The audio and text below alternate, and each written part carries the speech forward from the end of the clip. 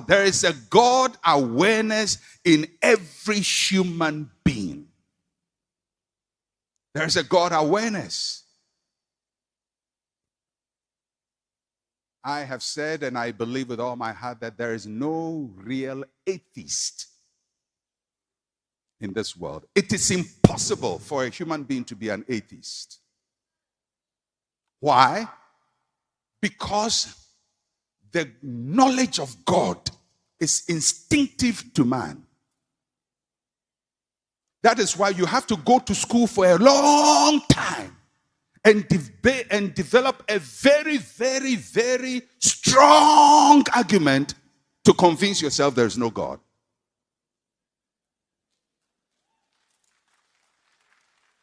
You will hardly find an uneducated person who doesn't both know God and acknowledge him.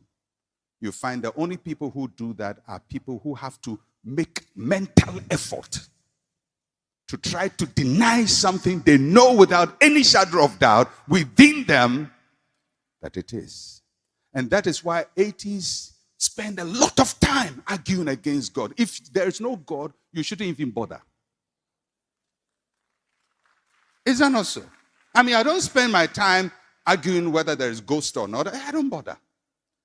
But for somebody to write books, there is no God. Write books, philosophical, biological, and all of that. There is no God. And developing all these arguments, you know he's arguing against something inside him, which he knows is there, which he cannot deny, because God breathed into him. He has been inspired. He only hasn't given back his life to God.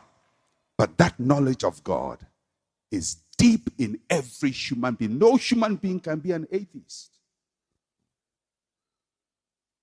That is why the Bible describes it clearly. He said the fool has said to himself.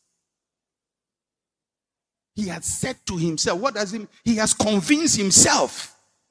When you convince yourself, then it means there is something innate inside of you that you are trying to use external argument to overcome. The fool has said to himself, said in his heart, there is no God. He doesn't know that. He knows there is God, but he has to debate that. You know why? Because if he accepts that there is God, then he has to be accountable to God.